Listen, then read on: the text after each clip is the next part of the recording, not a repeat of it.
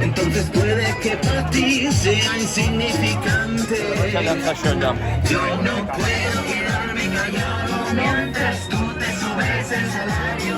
Para sacarme goles muy poquito y por colmo los 6 arenitos. Vamos todos a meterle caña, que no es tiempo de estar en la playa.